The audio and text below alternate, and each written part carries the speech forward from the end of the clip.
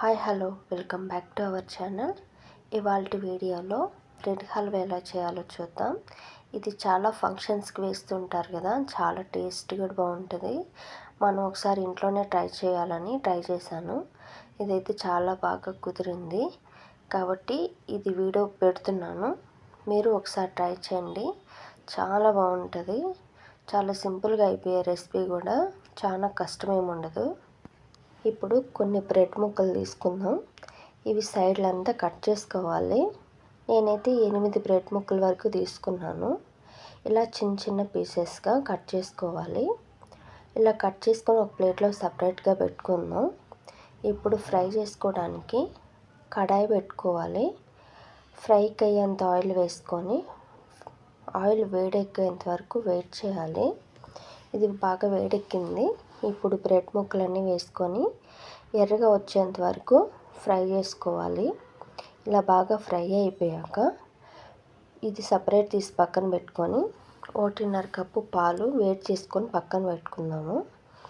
దీంట్లో పాలు కూడా యాడ్ చేసుకోవాలి.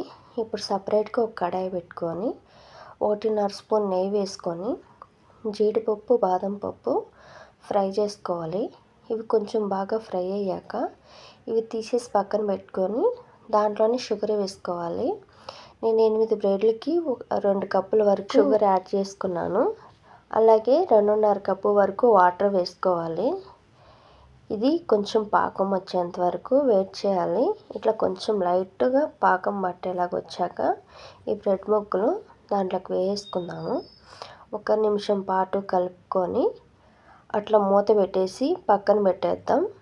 ఇది స్టవ్ ఆఫ్ చేసుకొని పక్కన పెట్టుకున్నాక ఒక 5 నిమిషాల తర్వాత మనం కాసిన పాలు దాంట్లోకి యాడ్ చేసుకుందాము. యాడ్ చేసుకొని మళ్ళీ ఒకసారి కలుపుకునేయాలి. ఇట్లా మెత్తగా అయిపోయేంత వరకు కలుపుకుందాము. చాలా టేస్ట్ బాగుంటుంది.